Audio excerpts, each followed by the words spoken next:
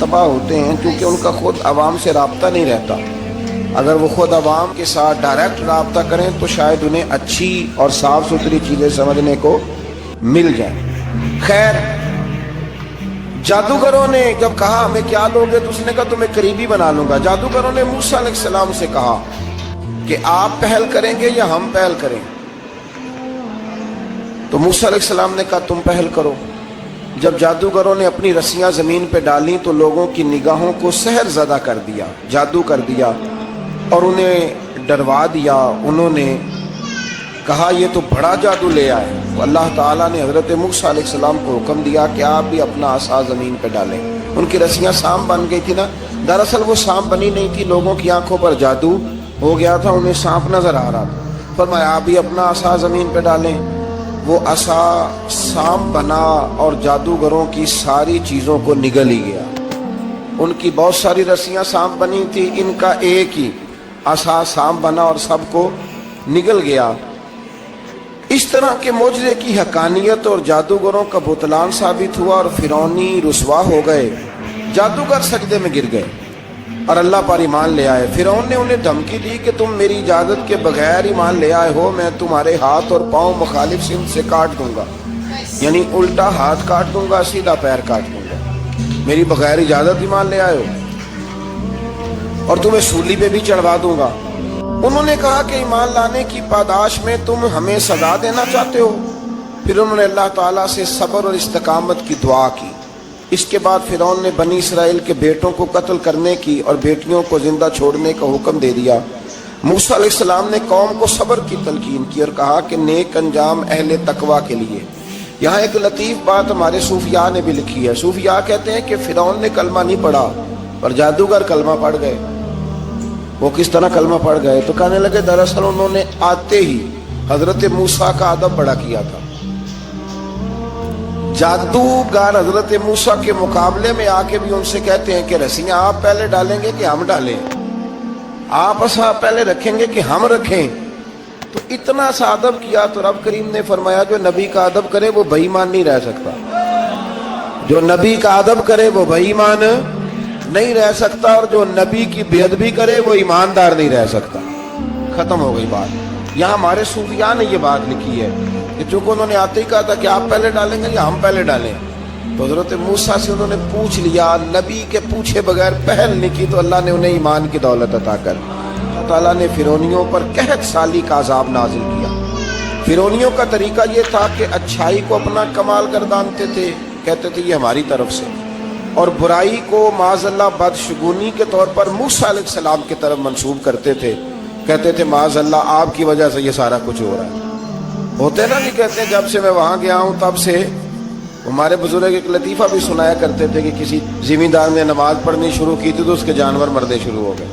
اب لوگ سمجھتے ہیں کہ معاذ اللہ شاید یہ کسی بزرگ کے سبب سے ایسا ہے، حالانکہ یہ تو اللہ کی طرف سے آزمائش ہوتی ہے، اس کی حکمتیں ہوتی ہیں. اللہ تبارک و تعالیٰ نے ان پر عذاب کیا نازل کیا. آیت نمبر 130 اور 143 کا بھی آپ سورہ اعراف کی پڑھیں. اللہ تعالیٰ نے ان پر ٹڈیوں کا، جموں کا، مینڈکوں کا اور خون کا عذاب نازل کیا. یہ کس قسم کا عذاب ہے؟ جمعے پڑ گئے، ٹڈیاں آ گئی، یہ اللہ نے عذاب نازل کیا. جب وہ عذاب میں مبتلا ہوئے تو موسیٰ علیہ السلام سے کہا کہ آپ اللہ سے دعا کریں کہ ہم سے یہ عذاب ٹل جائے. اگر ایسا ہوا تو ہم ایمان لے آئیں گے، بنی اسرائیل کو بھی آزاد کر دیں گے. لیکن موسیٰ علیہ السلام کی دعا کے نتیجے میں جب عذاب ٹل جانے کے بعد فرعونی پھر اپنے وعدے سے پھر گئے.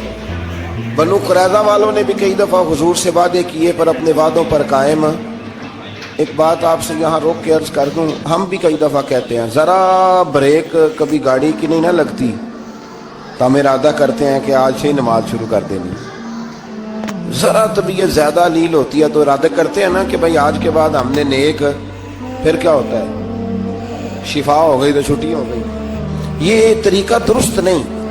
یہ تو کفار کا طریقہ بیان کیا نا قرآن پاک نے. جہاں فرمایا جب اللہ تبارک و تعالیٰ نے انہیں نجات دے دی تو اپنے وعدے سے مکر گئے، تو پھر اللہ تبارک و تعالیٰ نے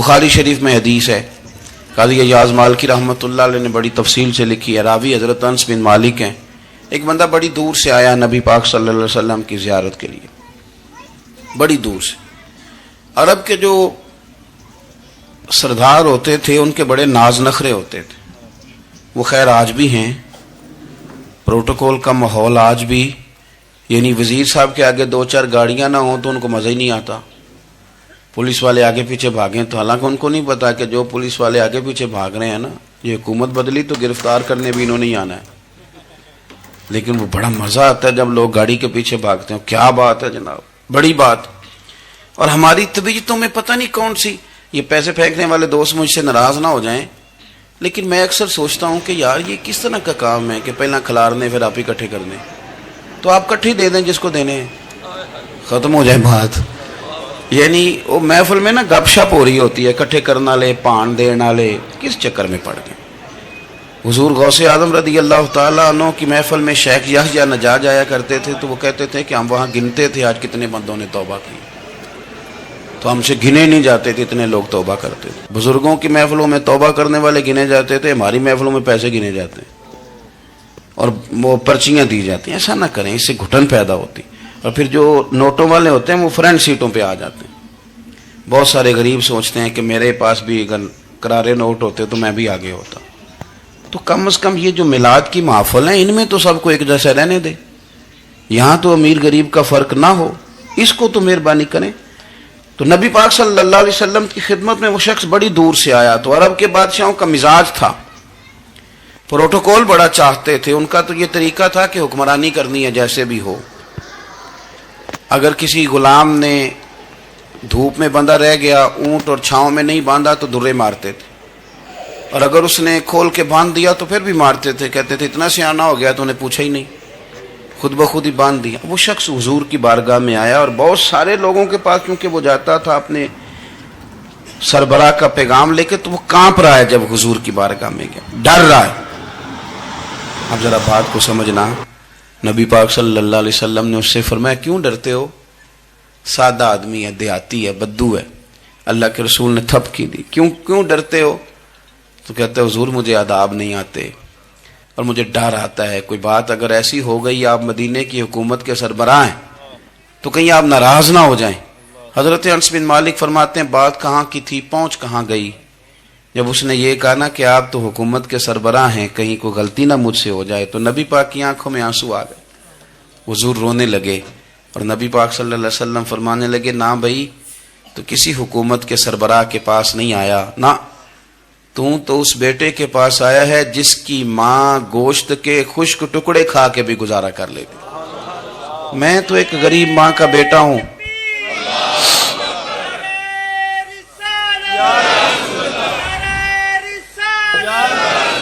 بھائی اگر آپ کا یہ ذوق بن جائے، دیکھو نا آج تو لوگ بھول جاتے ہیں نا، کپڑے بدل لیتے ہیں تو وہ سمجھتے ہیں کہ شاید سارا کچھ ہی بدل گیا، یعنی گاؤں سے آ کر پڑھنے والے بھول ہی گئے ہیں کہ کس کی ماں نے کتنا زیور بیچا تھا۔ لوگ بھول جاتے ہیں چیزوں کو، اپنے ماضی کو یاد رکھیں، آپ لوگوں کے ساتھ پیار کریں، آپ لوگوں کو موقع دیں، آپ تھوڑی سی اور کوشش کریں اس شخص تک جانے کی جو آپ کو مایوس نظر آ رہا ہے، پریشان نظر آ رہا ہے۔ یہ ہمیں میلاد والے محبوب صلی اللہ علیہ وسلم نے درس دیا۔ ایک اور پہلو، حضور سید عالم صلی اللہ علیہ وسلم نے، ہمارے ہاں نا ابھی بھی برادری کی تقسیم ہے، ابھی بھی، اور کچھ میں نے ایسے کمزور لوگ بھی دیکھے، یہ اس طرح کی حرکتیں ہارے ہوئے لوگ کرتے ہیں، ہارے ہوئے لوگ جو اپنے آپ کو سمجھتے ہیں کہ میں کوئی بڑا آدمی ہوں۔ بڑا آدمی تو اپنے اخلاق سے ہوتا ہے، اپنے کردار سے ہوتا ہے، اپنی سخاوت سے ہوتا ہے، لوگوں سے پیار کرنے سے ہوتا ہے۔ باقی یہ کہ بیٹھ کے کہانی سنانا کہ میں بڑا کچھ کرتا ہوں، تو جو کچھ کرتا ہوتا ہے اسے سنانے کی کوئی ضرورت ایک اور بہت سارے لوگ آپ تعزیت کرنے جائیں نا والد کے انتقال کے بعد، تو ان بیچاروں کو بتانا پڑتا ہے کہ ابا جی میرے بغیر دوائی نہیں کھاتے تھے۔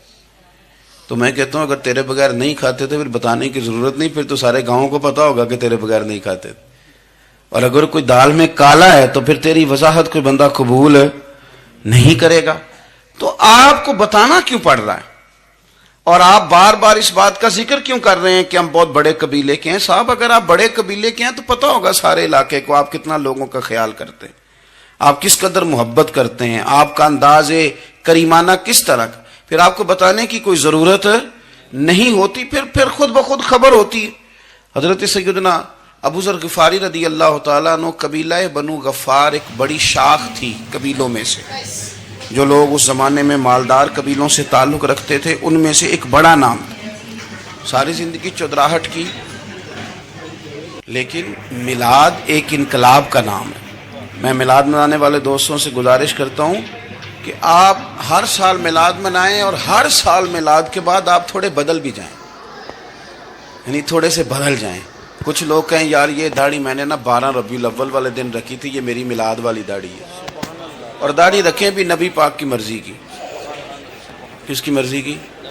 نہ ناراض ہو جائے جی میں ٹور چلا، بس کس مرضی کی جی؟ اپنی مرضی کے نہیں۔ داڑھی کا وزن کو نہیں ہوتا کہ پوری مٹھی رکھیں گے تو آپ کو کوئی دقت ہوگی، لیکن کوئی وزن نہیں، پوری رکھیں، جو حضور کا طریقہ مبارکہ ہے جو ہمیں ملتا ہے اس پر آپ توجہ فرمائیں۔ تو میں جو بات عرض کرنے جا رہا ہوں وہ میلاد انقلاب ہے۔ حضور سید عالم صلی اللہ علیہ وسلم کی بارگاہ میں آنے سے پہلے لوگ کچھ اور ہوتے تھے، اور یہاں سے ہو کے جاتے تھے تو پھر ان میں تبدیلی آتی تھی۔ میں سارا دن کرامتیں سناؤں نا کسی کو اپنے پیر صاحب کی، اور اپنے گھر میں بھی کہ میرے حضرت بڑے، میرے استاد بڑے، لیکن بیوی کے ساتھ اگر میں ترش لہجے میں بات کروں گا تو وہ کہے گی اے سکھاندے نے تینوں پیر صاحب، دوست کہیں گے یہ سکھاتے ہیں آپ۔ تو آپ کی کہانیاں نہیں چلتی، آپ کا کردار چلتا ہے۔ حضرت ابو ذر غفاری رضی اللہ تعالیٰ عنہ فرماتے ہیں، چونکہ میں چودھری تھا، سیدنا بلال حبشی رضی اللہ تعالیٰ عنہ کے پاس میں بیٹھا تھا، کسی بات میں بات آگے بڑھی اور بڑھتے بڑھتے بات شکرنجی تک چلی گئی، رائے کے اختلاف نے باتوں میں تلخی پیدا کر دی، اور جب تھوڑے لفظ اور تیز ہوئے تو میں نے انہیں کہہ دیا چپ کر، تو ابشن کا بیٹا ہے۔ کس کے بیٹے تھے حضرت بلال؟ کہتے ہیں جب انہوں نے مجھے کہا تو میرا دل بڑا ٹوٹا، کہ میں نے ارادہ کیا کہ میں نے حضور کی بارگاہ میں نہیں عرض کرنی، اب ہر بات کی ہم حضور کی بارگاہ میں شکایت کریں۔ لیکن میں جا کے مسجد میں بیٹھا، اور جب سرکار آئے نا، ارادہ نہیں تھا کہ عرض کروں گا، لیکن حضور کا چہرہ دیکھا تو دکھ میرا خود ہی تازہ ہو گیا۔ رونے کا بھی تو تب ہی مزہ آتا ہے نا کوئی اپنا ملے تو۔ فرماتے ہیں کہ میرے آنسو نا بغیر اختیار کے چھلک پڑے، اور میں کھل کے روئے، کھل کے۔ قربان جاؤں محبوب کے بھی، حضور نے پاس نہیں بلایا بلکہ نبی پاک اٹھ کے خود میرے پاس آئے اور مجھے کندھوں سے پکڑ کے سینے سے لگایا، اور جب میں کھل کے رو لیا تو حضور میرے آنسو پوچھنے لگے۔ کچھ شعر ایسے ہوتے ہیں جو کسی نے کہے ہوتے ہیں، اور کہنے والا جو ہوتا ہے وہ صاحب حال ہوتا ہے، تو اس میں کچھ خوبصورتی زیادہ ہی ہو جاتی ہے۔ ایک پنجابی کے شاعر ہمارے گجرات میں گزرے، بزرگ تھے، ان کا ایک شعر ہے، وہ کہتے ہیں ایک واری میری آنکھیاں چوں اونا نے اتھرو پونجے سن، ایک واری میری آنکھیاں چوں اونا نے اتھرو پونجے سن، ہن تے چسکا پہ گیا رونے دا۔ ایک واری میری آنکھیاں چوں اونا نے اتھرو پونجے سن، ہن تے چسکا پہ گیا رونے دا، تے ہر ویلے آہو زاری دا۔ تو میں روز رونے لگا ہوں، مزہ ہی بڑا آیا ہے جب سے محبوب نے چپ کرانا شروع کیا۔ میرے عزیز، اور پھر حضرت بلال حبشی رضی اللہ تعالیٰ عنہ چونکہ حضور کے غلام تھے، اور انہیں پتہ تھا کہ سرکار میری ناز برداری کرتے ہیں، حضور نے چپ کرایا۔ فرمایا کیوں روتے ہو؟ تو عرض کرنے لگے یا رسول اللہ صلی اللہ علیہ وسلم، اگر میں ابشن کا بیٹا ہوں تو میری تو غلطی کوئی نہیں نا، یہ تو تقسیم اللہ کی ہے نا۔ الذی خلقک فسواک فعدلک فی ای صورت ما شاء رکبک، جس طرح وہ چاہتا ہے، جس کو چاہتا ہے اس طرح کی اس کی صورت بنا دیتا ہے۔ تو مجھے ابشن کا بیٹا کہا جاتا ہے، میری غلطی کیا ہے؟ حضرت بلال نے بھی نہیں بتایا کس نے کہا، لیکن نبی پاک صلی اللہ علیہ وسلم نے کیا فرمایا؟ امام یوسف صالحی نے لکھا ہے، ذرا غور کرنا بات پر، تسلیاں لوگ اور رنگ میں بھی دیتے ہیں، پر یہ تسلی بڑی انوکھی ہے۔ حضور فرمانے لگے بلال اگر تو ابشن کا بیٹا تو پریشان کیوں ہوتا ہے؟ کالے رنگ والی ماں کا بیٹا ہے تو پریشان کیوں ہوتا ہے اگر تیری والدہ کا رنگ کالا ہے تو؟ عرض کی حضور آپ کیا فرمانا چاہتے ہیں؟ تو سرکار فرمانے لگے میں دو ماؤں کا بیٹا ہوں، ایک جناب آمنہ جنہوں نے مجھے پیدا کیا، اور ایک حضرت ام ایمن جنہوں نے میری پرورش کی، مجھے بڑا کیا۔ حضور فرمانے لگے میری ماں آمنہ کا رنگ گورا تھا اور میری ماں ام ایمن کا رنگ کالا ہے. تو فرمایا اگر تجھے کسی نے کالے رنگ والی ماں کا بیٹا کہا تو اسے کہہ دینا مدینے والے محبوب کے بھی تو ایک والدہ کا رنگ کالا ہے, تو کہہ دینا. حضرت بلال کہتے ہیں کہ وہ اس طرح کی تسلی تھی, طفل تسلیاں نہیں جس طرح کی ہمیں دی جاتی, وہ اس طرح کی خوبصورت تسلی تھی کہ اس کے بعد میرا دل ایسا ٹھنڈا ہوا, پھر کسی کا تانا نہیں رہا, پھر کسی کی تکلیف نہیں رہی. رسول پاک صلی اللہ تعالی علیہ وسلم نے یہ جو آج تقسیم ہے ہمارے ہاں اونچ نیچ کی, چھوٹے بڑے کی, ذات برادری کی, حضور فرماتے ہیں میں نے پاؤں کے نیچے رکھ کے کچل دی, اب اس کا کوئی سٹیٹس نہیں رہا, اب یہ کوئی معاملہ نہیں. پھر میرے بھائی ایک معاملہ ہمارے اندر جو اور بڑی شدت کے ساتھ آیا اور جس نے بڑا زور پکڑا ہے وہ یہ ہے کہ ہم نا پڑھے لکھے لوگوں سے معذرت کے ساتھ, پڑھے لکھے لوگوں کا بھی ایک مسئلہ ہے, وہ دوسروں کو جاہل کہنا ضروری سمجھتے ہیں, الا ماشاء اللہ. میں اکثر کہتا ہوں کہ یہ تو آسان کام ہے نا, آپ نے کہہ دیا جاہل نہیں سارے پنڈ والے, یہ تو بڑا آسان کام ہے, تو جان چھڑانے والی بات ہے. ان پڑھ ہیں جی اس قوم کا کچھ نہیں بن سکتا, بھی تو آسان کام ہے, جان چھوٹ گئی. میں بھی کھڑا ہوتا ہوں نماز جنازہ کی امامت کرنے کے لیے, کبھی تو کہہ دیتا ہوں کہ جناب آج لوگوں کو نماز جنازہ کی دعا نہیں آتی, تو سوچتا ہوں کہ اگر کسی نے کھڑا کر کے پوچھ لیا کہ آپ نے کتنے لوگوں کو یاد کرائی ہے, ہم نے کبھی کہا کہ آؤ بیٹھو یاد کراؤں, تو اس کا جواب کیا ہے؟ تنقید کرنا آسان کام ہے اور تعمیر کرنا یہ مشکل مرحلہ ہے. عزیز دوست, ہمارے ہاں نا ان پڑھ بندے کے ساتھ اور اس بندے کے ساتھ جس کی سوچیں محدود ہیں ہمارا رویہ اتنا تلخ ہوتا ہے. بھائی مزہ تو تب آتا ہے نا جب آپ کو کچھ لوگ کہتے ہیں میں اچھے کے ساتھ اچھا ہوں, تو اچھے کے ساتھ تو ساری دنیا اچھی ہوتی ہے, آپ نے اس میں کیا کمال کیا؟ حضور سید عالم صلی اللہ علیہ وسلم نے تو فرمایا اس کے ساتھ جوڑو جو تمہارے ساتھ توڑ رہا ہے, جو سخت رویہ اختیار کرے, سخت. بخاری مسلم میں حدیث ہے, حضرت عمر فاروق رضی اللہ تعالیٰ عنہ, حضرت انس بن مالک فرماتے ہیں کہ حضور سید عالم صلی اللہ علیہ وسلم گزر رہے تھے اور سرخ رنگ کی نہ نجرانی دھاری دار چادر سرکار نے اوڑھ رکھی تھی. ایک بدو آ گیا, اس نے کیا کیا کہ حضور کی مقدس چادر کو پکڑ کے کھینچا, اور اس زور سے کھینچا کہ گردن مبارک پہ نشان پڑ گئے. زور سے دروازے پہ دستک دے دینا بھکاری, تو اسے خراش رات کوئی نہیں ملتی, البتہ جھٹکیاں 2-4 ضرور مل جاتی. توڑنا ہے دروازہ, خیرات لینے آیا کہ تو قرضہ لینے آیا. اس نے آ کر کے زور سے چادر کو کھینچا, مقدس گردن پہ نشان پڑ گیا. سرکار نے رخ انور پھیرا, کہتا پتہ کیا ہے, میں غریب آدمی ہوں, کچھ مانگنے آیا. بھائی تو گلے میں چادر ڈال کے مانگے گا, لیکن یہ آپ کا کمال ہے. یہاں اب آپ کے علم کا, آپ کے حوصلے کا, ظرف کا پتہ چلتا. کھینچی چادر, کچھ مانگنے آیا ہوں. اور صحیح بخاری کے لفظ یہ ہیں کہ فَالْتَفَتَ إِلَيْهِ فَضَحِكَ, جب محبوب نے اس کی طرف توجہ کی, اس کی بات سنی, اس نے گلے میں چادر ڈال کے کھینچا ہے, نشان ڈال دیا ہے. لیکن جب حضور نے توجہ کی تو فَضَحِكَ, نبی پاک نے مسکرانا شروع کر دیا. حضور مسکرائے, یعنی چادر ڈال کر کھینچنے والے. اور یہ چیز آپ کو بڑا کر دے گی. آپ یقین کریں, آپ کو کسی نے برا کہا تو آپ نے ڈبل برا کہا تو آپ تانگ ہوں گے. ہنڈیا جب جلتی ہے تو اس کے کندھے, ابلتی ہے تو اس کے کندھے جل جاتے ہیں. آپ کسی کو اینٹ کا جواب پتھر سے دے کے پریشان ہوں گے, لیکن اگر آپ نے کہہ دیا نا چل یار موج کر, اور کر لے دو, اور آپ ہنسیں, یہ بڑی پاکیزہ سزا ہے دشمن کے لیے, بڑی صاف ستھری. جتن تے ہر کوئی کھیڑے, آرن کھیڑ فقیرہ, جتن تے سارے لوگ کر دینا کام, جتنے آئے میں نے جیتنا ہے. درویش کہتے ہیں جتن تے ہر کوئی کھیڑے, ہارن کھیڑ فقیرہ. جتن دا مل کوڈی پیندی, ہارن دا مل ہیرا, ہارن دا مل ہیرا. کبھی کبھی ارادہ کریں, چل کوئی بات کر لے یار, پھر کیا. اور یہ کام آئے گی چیز بہت زیادہ.